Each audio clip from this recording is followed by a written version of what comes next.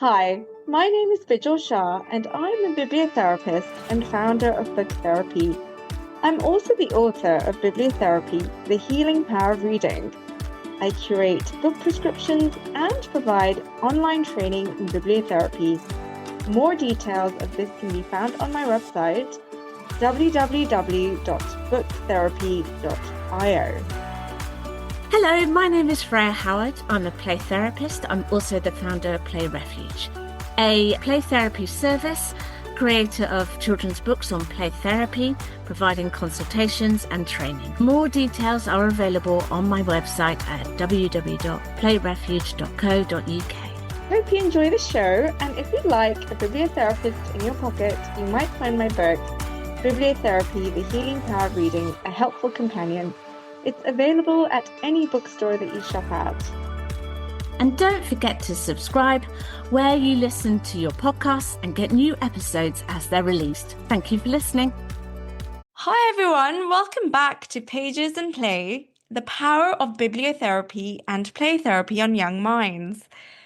Today we want to talk about something that sits right at the heart of both bibliotherapy and play therapy, which is emotional literacy. So emotional literacy is not just about naming feelings, it's about helping children and the adults around them understand what's happening inside, making sense of it, and feeling safe enough to express it.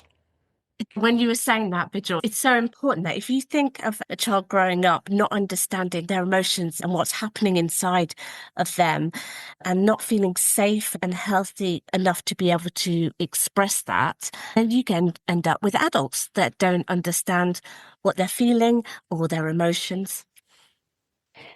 Yes, 100%. I think that whole point about adults knowing themselves, having an awareness of emotions and what they mean, and just a general understanding of emotional literacy, they are absolutely vital to the child's development of emotional literacy. And I feel that books and play are two of the most powerful ways that we can do that. Children only process what they have the language for. And if a child doesn't have the words for anger or grief or anxiety or overwhelm, those really heavy bodily emotions, then those feelings often play out in their everyday behavior. And so, what stories and play do so beautifully is give children this safe language that says, you're not bad, you're feeling something big that's perhaps bigger than you are. And books especially allow them to explore these very negative emotions, which we can argue that they're either negative or positive, depending on the context. But these really big emotions, such as anger, jealousy, sadness, without the fear of punishment or without feeling anxious about expressing them. So play really enables these emotions to move through the body in a way that feels very contained. And Freya, I know you're the play expert and the play therapist. I'd love to hear a bit more about the theory behind it as well. Yeah, absolutely. So Savio Mayer defined emotional literacy as a form of social intelligence that helps people distinguish between their emotions and the actions. It focuses on processing emotional information. Research has shown that the brain, especially the prefrontal cortex, is crucial in managing our emotions, our attention, our self-awareness, and highlights the strong links between the sensory input and feelings. So the term emotional literacy implies that these skills can be taught and improved through nurturing. Yeah, that's so interesting. And just to add to that, Daniel Goleman later popularized the concept, arguing that emotional and social intelligence are both vital for success at work and in life.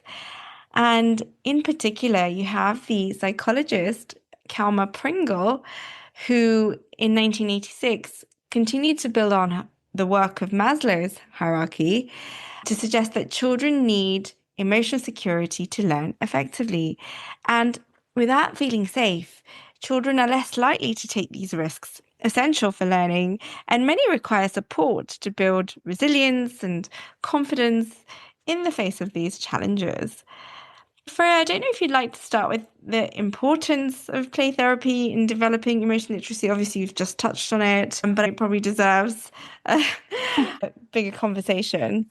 Yeah, absolutely. So, yes, so in terms of developing emotional literacy, the ability to express their feelings, this is a very common goal for parents and carers starting their child with play therapy. So often a child and adults will express their emotions through behavior. Okay, so behavior is a form of communication.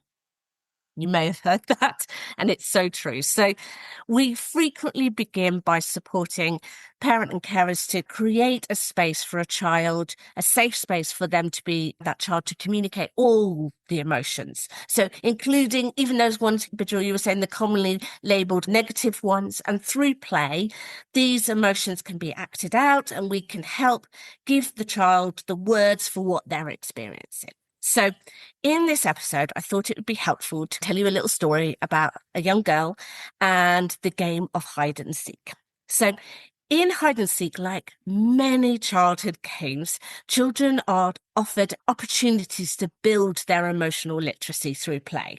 The game provides a natural setting for children to learn, recognize, label, and express their feelings. So if you think about how the game of hide and seek unfolds, you have the child finding themselves in the flurry of anticipation and excitement as they try and find the perfect hiding space, whether that's slipping behind a curtain or ducking underneath the table.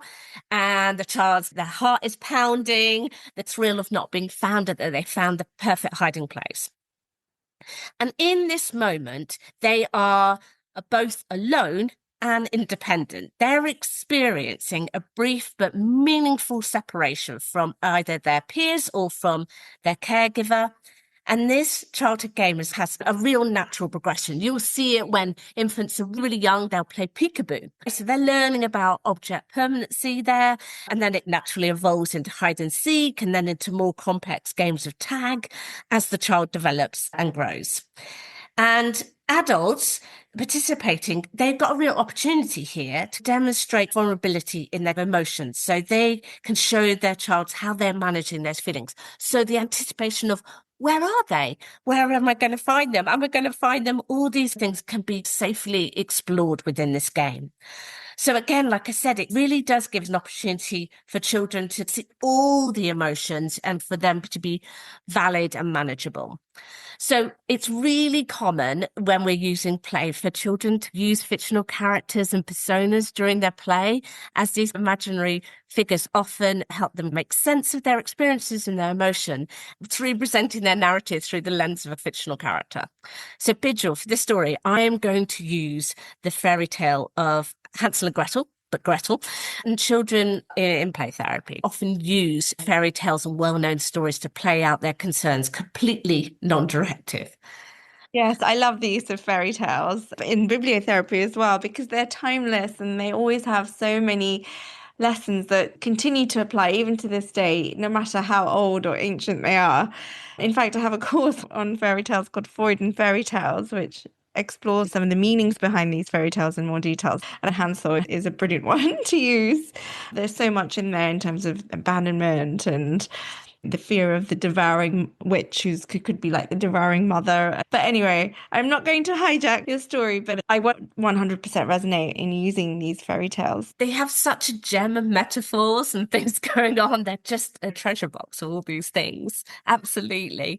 Yeah. So like I said, I thought I'd start with Gretel and Hansel. So they are siblings and they're living with their parents, their father and their mother.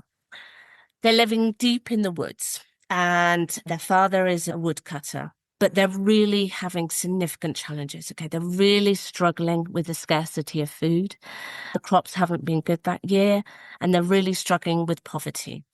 All four of them are living within these conditions and it's a real struggle. And one day, Gretel's father decides that actually she needs to come to therapy. She's become really attached to her father and she is refusing to let him go. So whenever he goes to work every day in the woods, she's pulling on him, she's crying, she's doing everything to make sure that he stays at home. She does not want to stay at home with the mother. when he leaves, whenever this happens. So as she starts play therapy, she's really reluctant to let Dad go. Okay, so it's a real struggle for her going from the waiting room to the playroom. And then as she slowly starts to tentatively come into the room, she's really exploring the room. She's checking out the environment, everything about it. She wants to know what's going on. But she's really drawn to the natural materials. We've got some mud, some sand there, and she's really interested in putting that on her skin, her arm. And then she sees the play food, and she's making sure that she knows all the food is there and making sure it's in little mounds around the room and where it is and making sure that it's hidden and only she knows where it is. And then she starts to play the game hide and seek. So it's really important for her that she is hidden and I'm the one seeking. And this game is played in numerous ways all the time, okay, at this beginning stage. So we're playing one game after another. And it may be that she's making noises for me to find her, or it may be that she stays completely silent, or it may be that she runs from one place to another. But she stays hidden, and I need to wait until she's ready for me to find her. Bijal, I was wondering if you find that children and adults that you work with find their own fictional characters or worlds and then work within them, and how that might explain or develop their understanding of their emotions. Yeah, that's a great question. Thanks for it. So, children and adults absolutely relate to characters in literature to connect with their own emotions. And that's enabled by the recognition of similar emotions that are felt by the character. So, they naturally will gravitate to them, either in fiction or nonfiction. Sometimes when we use graphic novel memoirs, for example. And then when the work is non-directive, these figures often become containers for feelings that might be too complicated, frightening, or vulnerable to express directly. So for children, you might have a superhero or a dragon who can safely hold these emotions like anger or fear or loneliness. And by moving the character through these situations, the child can themselves experiment with solutions such as either to rescue themselves or revenge or repair. And because the character is having to experience these, the child's getting sufficient emotional distance to stay calm, to stay regulated, to not be too triggered by these emotions, while still expressing something that's very real.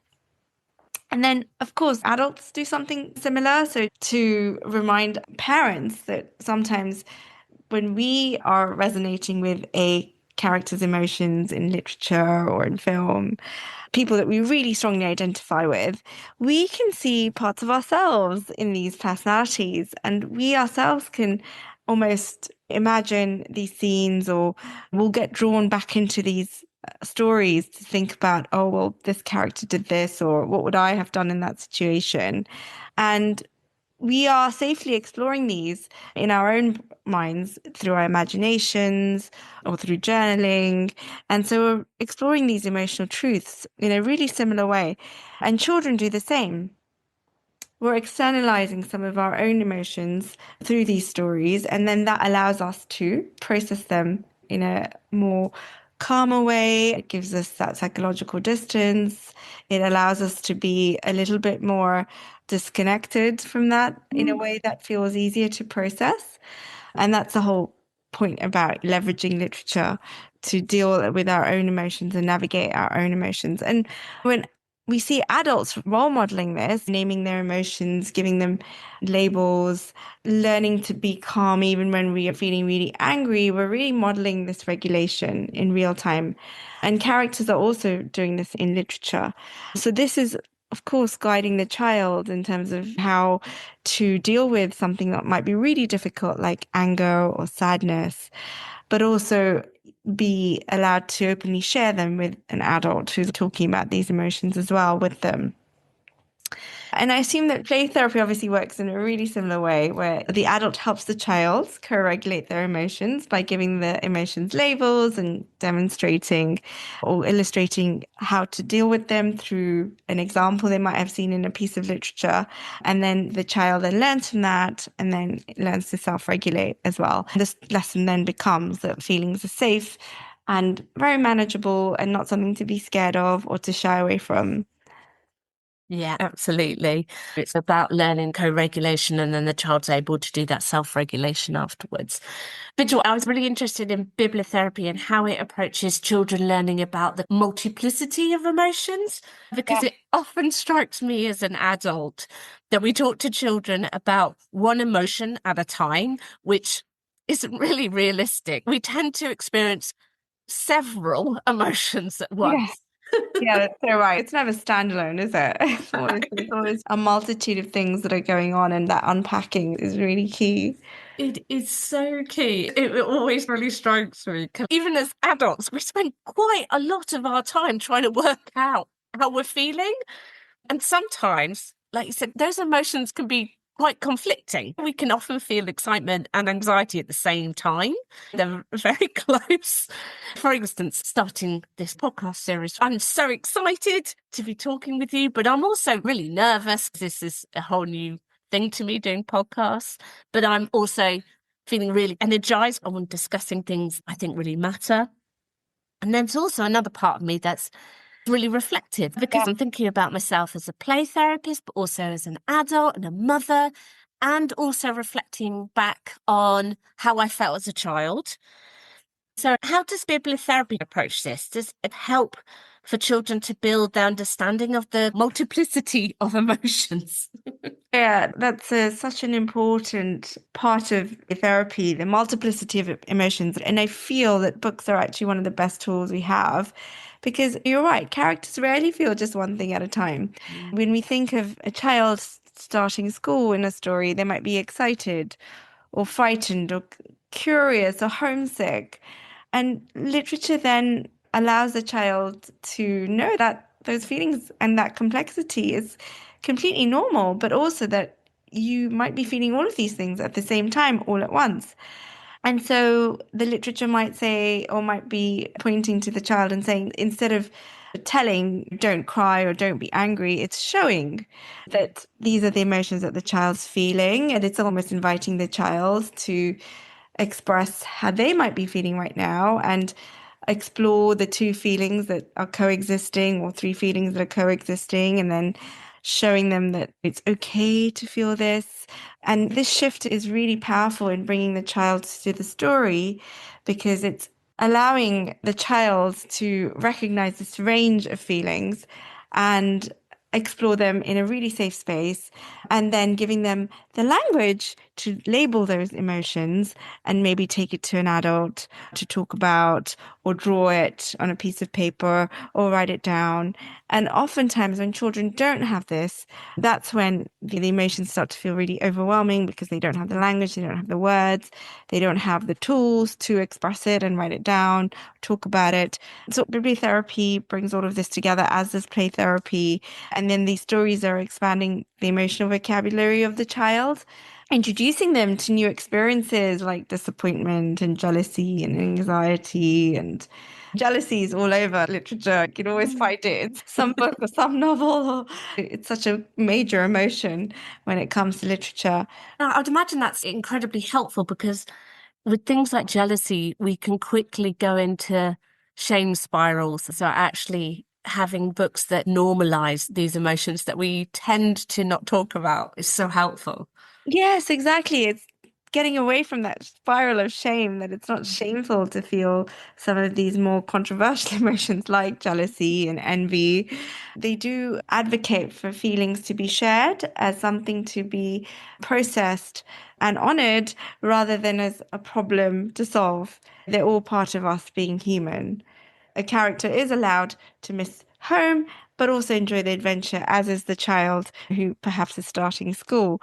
Or it's okay to totally love a sibling and also be angry with them at the same time. There's all these cognitive dissonances that we feel, that we're allowed to hold these two difficult emotions together, no matter how contrarian they may seem. They can be brave while scared, or have the courage to do something that's quite anxiety provoking. So, like you said, this all reduces the shame and the pressure to simplify their inner world, and allows them to embrace the messiness of life and the acceptance that perhaps not everything needs to be resolved And sometimes we just need to be able to sit with our feelings. And also, just to add to that, stories allow this transition and the change to be explored as well, because as you go through a story, feelings evolve and they change and they transform. No feeling is ever permanent. It's very transient and in passing. And so a child learns that we all have emotions which may initially feel heavy, but the intensity will reduce over time. You have to give things time, and time does heal a lot of our wounds and also lead to possible growth as a result of accepting them and moving forward. So the child gets the message that emotions are temporary but survivable, even if complicated. And I think teaching children these things through literature is important. And also to illustrate that sometimes we might be feeling it in our body first, and the importance of learning to understand these body signals and then relate that back to how the character might be feeling. Because often literature uses all these metaphors of my heart sank or I could feel my tummy rumbling when we're anxious. I think literature also highlights to children that you might be feeling these emotions in your body first, even before you can verbalize them, through tummy aches and headaches and restlessness, or this desire to hit something or throw something when we're feeling anger. This also reminds me of the Bessel van der Kolk book, The Body Keeps the Score, which I'm sure a lot of us have come across it. But it's this wonderful nonfiction book on how so much trauma is stored in the body and how the body is also a vessel for emotions. And I think play especially also highlights how children might feel things through their body first before verbalizing it. So I know, Freya, you use a lot of therapeutic stories in your work. Therapeutic stories are wonderful in helping children notice what worry looks like in their body and where anger lives, and giving the body essentially a voice through movement, sensory play, and symbolism when we don't have the words yet. So what I would like to say to parents is use the following 4 questions, which you might want to jot down, is ask the child, what might they be feeling in their body? What might they be worried could happen next? What are they hoping for? And what do they need right now? Or what might they need right now? And then getting the child to respond to these questions through one of the following, whether that's drawing the feeling or whatever it is that's coming to mind, or writing down their feelings, and also exploring their feelings in pretend play or role play and using toys and sand trays, which Freya, I'm sure you'll advocate, or making a feelings map. Freya, just going back to your hide and seek example, because I have very fond memories of playing hide and seek, and all of the emotions that you mentioned that a child goes through when playing this game, you're 100% spot on. Those are all the emotions that I have certainly felt when playing hide and seek. So I think it's such a powerful tool in play therapy, and I'd love for you to just expand on it a little bit more. Yeah, absolutely. And I just wanted to pick up on loads of things you were saying, but definitely that Bessel van der Kolk and talking about it all being there in the body. And we see that obviously a lot within the playroom. And when Gretel's coming in and she's playing with the mud, and the mud is going all on her hands and up her arms, and that deep sensory play is something that is very much explored. You're getting very much to the root of how you're feeling in your body and those emotions. It's more than what you can see as a game. And actually, I highly recommend it as an adult, because you'll still feel those emotions playing it as an adult. It is actively, like I said, nurturing the child's emotional literacy. It provides hands-on practice of being independent in a safe way. There is that joy of reunification every time, and that can be repeated and repeated. And that's why Gretel was doing it at the beginning so many times. That. Yeah. Do you remember when a toddler's 2 or 3 and you go out and you have a coffee and your toddler will stand by your knees, and then they'll go off a little bit and then they'll come back to you, and then they'll go a little bit further and then come back to you. I feel like children still do that. Absolutely. So that's the circle of security. And children will do that, and they'll go a bit further and a bit further. And hide and seek does all of that as well. It's making sure that you're still going to be there. You're still looking for them, or you're still going to be there when they go off and come back again.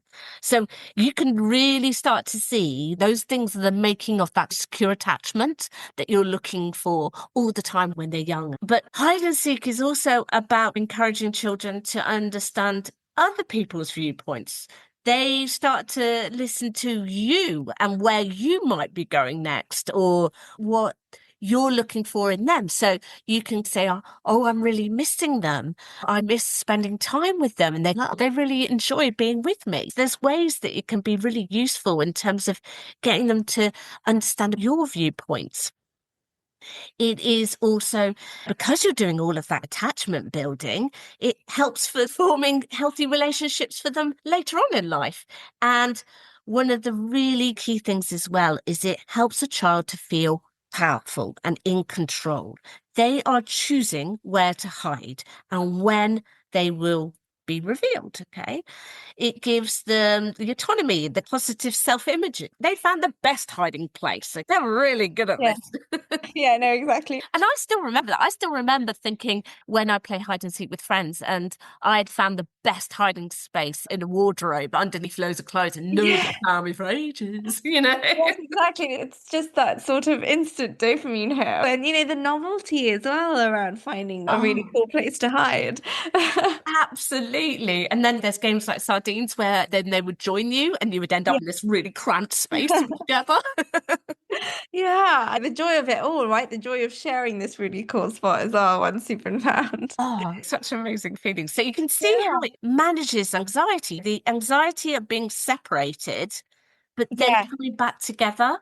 Yes, it really is building that safety net. It's bringing agency. I don't think I appreciated how powerful the game actually is, and also why children would naturally be drawn to it, because it is allowing them to explore all these things. It's such a valuable tool. Thank you for sharing it. I hadn't actually come across this before, so it's something that's really making me think. And I wonder if adults do this in everyday life, this sort of role playing. I guess we do, in terms of giving ourselves space and building boundaries and to protect ourselves from things that might be really difficult, or just being able to get by the day-to-day of navigating life. Absolutely. It's about us learning those emotional literacy skills of knowing your own system, what you need in this moment. So that goes on into adulthood. As you get older, you realize, I'm feeling really agitated. What do I need in this moment? And that may mean that you need company, you need to be with others, or actually you need to be alone. So all these things are really trying to understand yourself, building up the vocabulary in order to understand your emotions, and then being able to be self-aware, and then being able to do that kind of regulation. Yes, exactly. I think it brings about so many learning tools there. So yeah, get your children to play as much hide and seek as they can, because it's such a fantastic tool for emotional literacy and building it. Absolutely. This is all non-directive. Children hide and seek, all these childhood games, they will gravitate to what they need at that moment. So Gretel is using exactly what she needs in that moment, okay? So she's now hiding. We're playing these games, hide and seek repeatedly. And she's a child that knows the forest well. So then she starts to imitate sounds of various different animals, whether it be squirrels or deer. And I'm thinking, I'm going to find Gretel. But then I find a deer. I'm just coming near to deer sounds. And she's starting to show misleading signs and pathways. So I'm following this line of leaves that she set out for me. And I end up with just a pile of blocks or something, or some blankets that she's put there and pretended that it's her hidden away. And at this point in the play, she starts to introduce her brother into the play. So she starts, when she's hiding, talking to her brother, Hansel. And at this point, I'm repeating, I'm really missing Gretel. I really enjoy playing with her. I'm really doing all that stuff to show her that I am looking forward to finding her again. And at this point in the play, she says, I don't want you to find me. Okay, I wish to remain hidden from you. It reminds me when adults have this desire for privacy and then a desire for connection, and how they manage the two. And this is where it is, like you said, this is a moment of empowerment. It's the first big step in acknowledging her feelings and reflecting those emotions and those viewpoints without judgment and without fixing the solution. So this is something I often talk about with parent and carers, because in this moment, I'm going to reflect back her thoughts, even when I see things differently. Okay. It's important that I validate those feelings instead of brushing them aside. So I'm going to give you an example of a parenting one here, because this is so applicable to outside of the playroom. So imagine if your child has got upset that their school trip has been cancelled and they're saying, it's really unfair. I had this whole plan. I was going to sit next to Joe, all these things, and they had it all planned. And as a parent, we want to jump right in there and solve the problem. We will say, there's no reason to be upset. The trip's going to be rearranged for next week. You don't need to worry about it. The danger here is that the child can feel dismissed or misunderstood and that their emotions are not acknowledged. Okay. So in this moment, it's really important that the parent sits down or the carer sits down and listens and accepts the child's feelings. So they might say, I can see you're really upset. You're really sad and angry. And it's okay to feel that way. I understand this is hard for you. And by doing this, the caregiver is validating the child's emotions and helping them feel heard and supported, even when the situation cannot be fixed straight away. Because sometimes there's going to be something that comes up that we cannot fix or cannot be fixed straight away. And so it's really important that in these conversations, we bring up the language to show that the child's feelings are important and accepted rather than ignored or minimalized. At this point with Gretel, I'm accepting that she doesn't want me to find her. And it's at this point that outside of the playroom, that she is able to tell her father that she is overheard, that her mum, the mum at home, is intending to leave the two children in the woods to fend for themselves. And at this point, then the father is able to help. He's able to support and make sure that they're okay. And what I'm seeing in the playroom is that Gretel is coming up with strategies for how to keep her and her brother safe. She's starting to collect pebbles and make sure that she's leaving them everywhere she's going so she can see a pathway. She's putting food into different corners and she's making sure that they're hidden, but that she knows where they are. She's then developing a whistle that she can use to signal to her brother to make sure that if they were separated, that they would be reunited. So in both settings, Gretel is finding her own way to keep herself safe.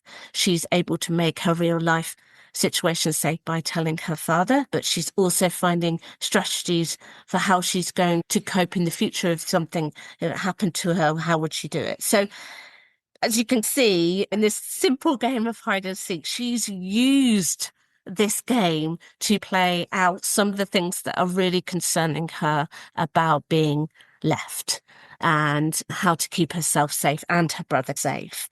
And any of these games that children tend to naturally gravitate to have so much power in terms of their emotional literacy, in terms of learning things like independence, object permanency, everything. And so when you're doing this with your child, you can really lean into that. So, Bridget, is it okay if I say my play prompt for this episode? Yes, of course. Yes. So I'm really thinking about, and you can do this with anything. This doesn't have to be specifically to hide and seek, but using it for opportunities to express how you feel. Okay. So exactly like Bidra was saying, you're making sure that you're using that language with yourself so that the child gets really used to it. For example, I was spending lots of time saying, oh, I miss Gretel. Where are they? I miss their smile. I miss playing with Gretel. I want to find them. And using that opportunity to build like affirmations. So they're so good at hiding. Where are they? Yeah. Yeah, so ingenious. Yeah. Wondering if I can hear them. They're so quiet, which is often the one. And Yeah. opportunities to confirm your connection. So I'm going to keep looking until I find them. I feel they're close. I can feel they're nearby. And that persistence as well, right? To carry on. Absolutely. You're going to keep going until you Yeah. find them. And that's such a And huge determination. message. And it's about that safe attachment, that secure attachment. Oh, it's just so powerful.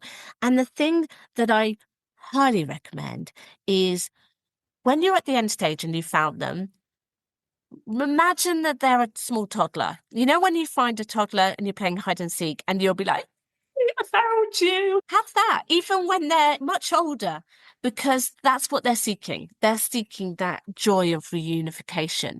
And so often when you're playing that game, that's what they're looking for. Obviously, in Gretel's situation, she was actually looking for how to cope herself and how to keep her brother and her safe. She was looking for something else. And through me accepting what she was vocalizing to me and what she was expressing, she was able to play that out. So it's really important that we do that.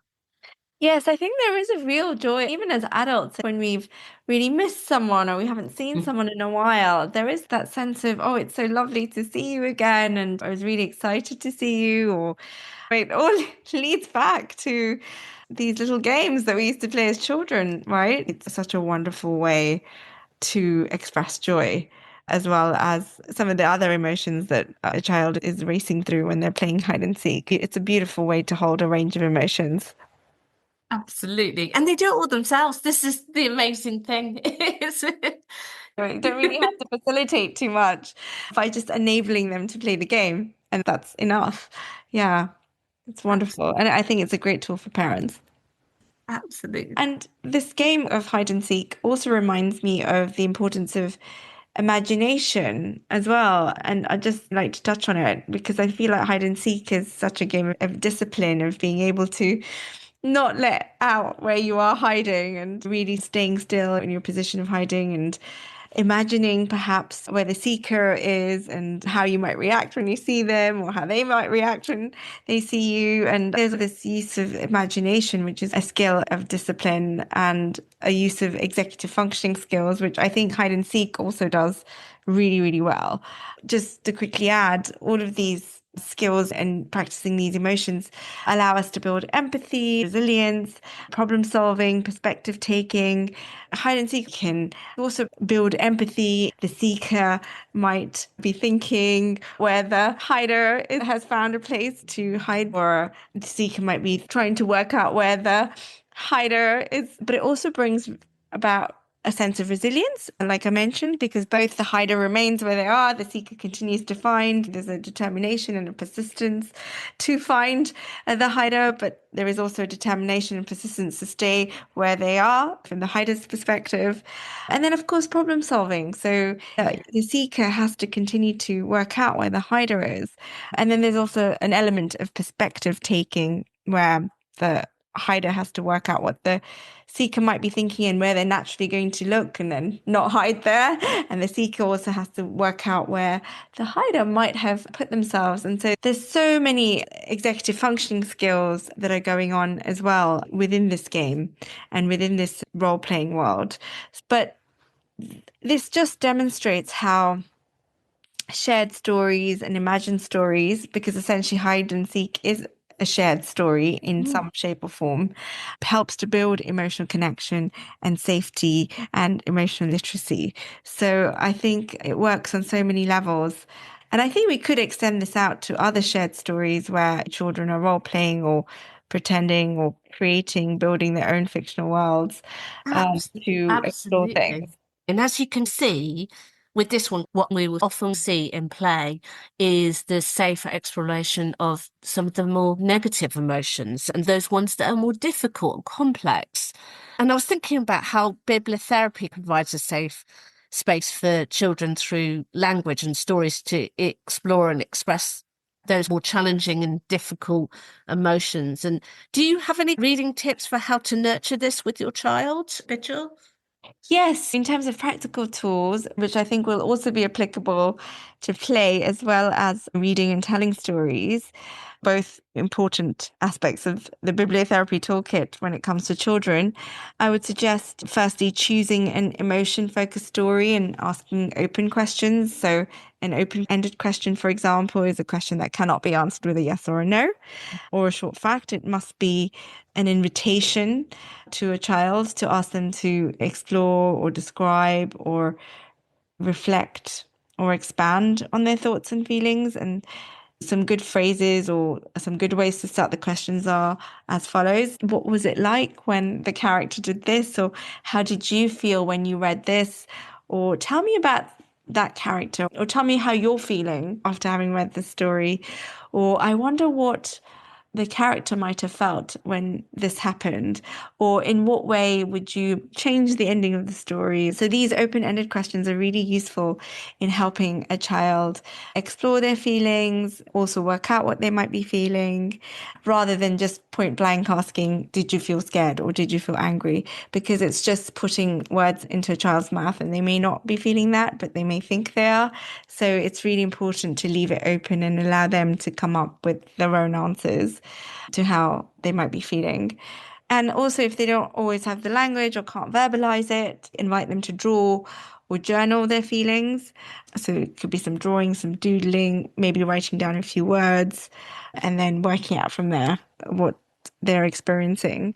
And then, of course, creating alternative endings. This is a really great way to explore agency or coping skills that might be more relevant for your child. Say they did not like the ending of a story, or say they might be doing something differently. It's also a great way to get the child to use their imagination and help them build a sense of agency and take responsibility for what they might do in a certain situation, really allowing them to rehearse their coping mechanisms and their strategies. And also, this gives them the tools to think about how they might deal with things in the future as they get older. They're talking through these situations in their heads and they're using literature as a prompt or pretend play or role playing as a way to help them work out what they might do next. You can combine all of these things with play therapy through the use of toys and dolls, so books and toys, sensory play, whether that's sand or clay or water, and also maybe even some movement and acting out certain situations can really be great for a child when it comes to building emotional literacy. And Freya, you might have a few that you'd like to add as well. Yeah, it's so interesting. What I see on a daily basis is that children will often go where they need to go. So in terms of their play, they will tend to gravitate to whatever they need to do in order to process what they're feeling. But I think that there's a number of things that we can do as parents, carers, educators. First off, you were saying about it earlier, Mitchell, but modeling that emotional awareness, that's huge. Okay. If we are showing them that we can talk about all the emotions and we can show in a healthy way some of our more difficult emotions too, and how we manage that, it normalizes it and it gives them a role model to be able to do that. We all have these emotions and some of them are really tricky. And so we can't shy away from that. That's something that is really important in terms of learning emotional literacy. And one of the things we were talking about emotional labeling earlier, it really gives us the vocabulary to be able to do this and validates it. And it's the building blocks of that self-awareness that we can then use to improve our emotional intelligence and our decision-making, our relationships, our resilience. All of that comes from those beginning points. And then we can get to the point of our empathy development through activities such as reading and storytelling, but also using things like reflective listening, which is when we're really listening to somebody and thoughtfully reflecting the emotions or ideas or thoughts that they're giving to us. So, Bijal, on that note, I'm desperate to hear what books you would recommend for children and for adults as well. Yeah, no, this is the bits that I love the most. Finding some literature that might be helpful for both kids and adults and parents. So I have brought a few suggestions, and don't worry about writing these down because I'll put them all in the show links. I'll just quickly go through them. I've put them in age groups, so it's just easier to navigate and find them. For the early years, I'd say some of these picture books. So this is for ages 0 to 5. I'd say The Color Monster by Anna Lanas, and then the When I'm Feeling series by Trace Moroni, the Feelings book by Todd Parr, and then Ruby's Worry by Tom Percival. So these are just a few books that are wonderful for naming emotions and pairing them with sensory imaginative play. And I do have more on my website, but these are just a few that I wanted to share. I have reading lists on my website, so feel free to check those out. But then also for primary age kids, so around the ages of 6 to 10, I'd suggest The Huge Bag of Worries by Virginia Ironside, and then The Invisible String by Patrice Cast. This is one of my favorite books. I had to mention it here. It's so good. It's so good. And you've got all the different So versions, good. the workbooks as well. Yes. And I feel like as adults, we could deal with it as well, especially when we're going through grief or something really difficult. I think it's such a meaningful and symbolic book in terms of allowing us to hold someone really close to our hearts in our own inner space and Absolutely. feel really connected to them.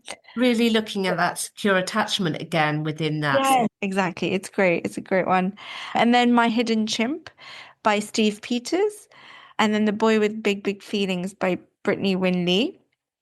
So these ones really help children understand relationships and the complexity of emotions that we were talking about for earlier, the multiplicity of emotions. And then, of course, the importance of regulation, and that's co-regulation and self-regulation and teaching regulation through books.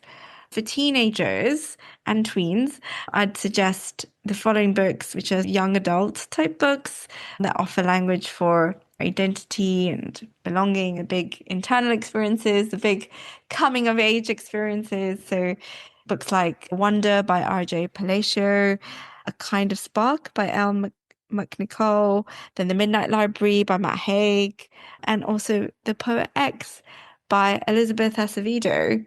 So these are really wonderful books for children, covering those 3 different age groups that I mentioned. But then, of course, for parents and caregivers, especially if you struggle with expressing your own emotions or even sometimes working out what you might be feeling, these books are really helpful. So Emotion Coaching, The Heart of Parenting by John Gottman.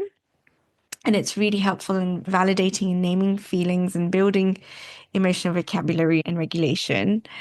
And then something a little bit more recent is The Atlas of the Heart by Brene Brown. I love how she literally builds this emotional dictionary and captures all the different feelings that human beings experience. It's fantastic for that emotional toolkit and expanding on our emotional language and vocabulary.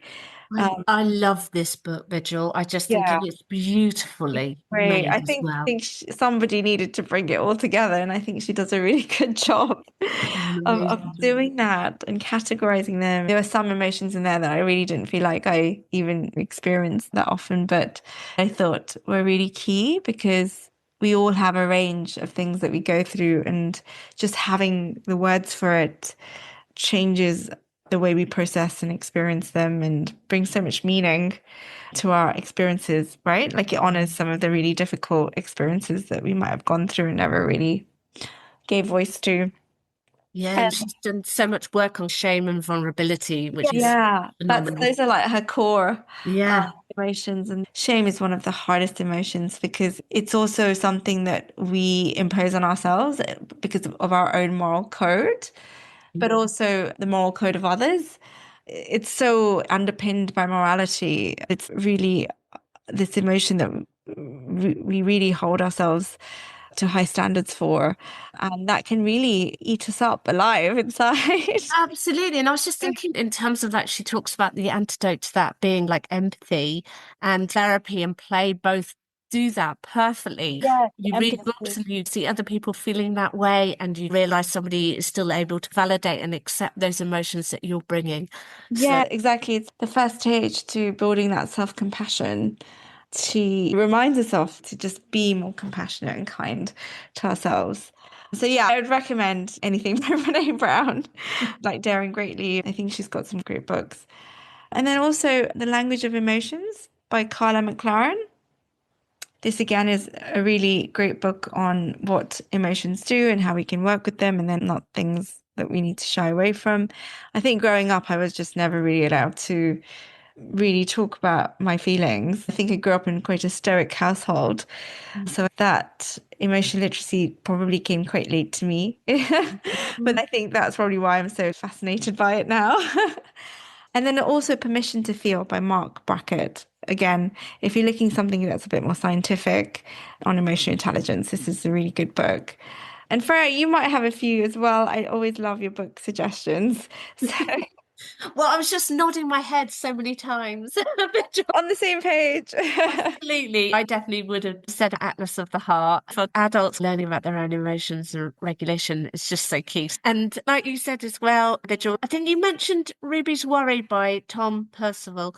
Yes, I did. Yes. I Yeah. think he's so great. He covers so many different emotions and really normalizes some of those big behaviors as a form of communication with children. I think his books are great. I love and have always loved Angry Arthur. Such a great book for kids. So important because anger's one of the ones they really struggle with. Yeah. Absolutely. It gives you visuals for actually how it can feel so big and so unmanageable, anger. He ends up destroying not only his house, his town, the universe. Yeah, exactly. Just that exaggeration. I love it because it just Exactly. gives But children the permission to feel, the so, gravity of it, yeah. these emotions Yeah. feel so consuming, and that's okay. That's how they feel. And so it's nothing about you. So I love that book.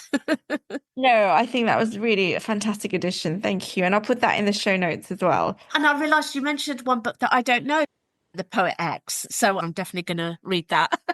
Yes, exactly. And like I said, I'll put the links in so you can just click on them and find them as well.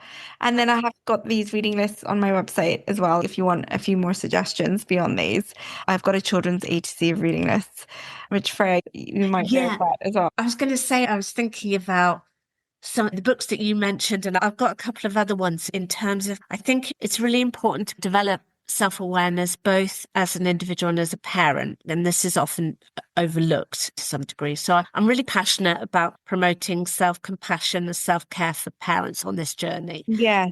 There's so many books I could mention here. The kind of books that I would definitely say, if this is something that you feel in a safe place to explore, that are really key. So, Vigil, you mentioned Van der Kook, The Body Keeps the Score, which is absolutely one of those.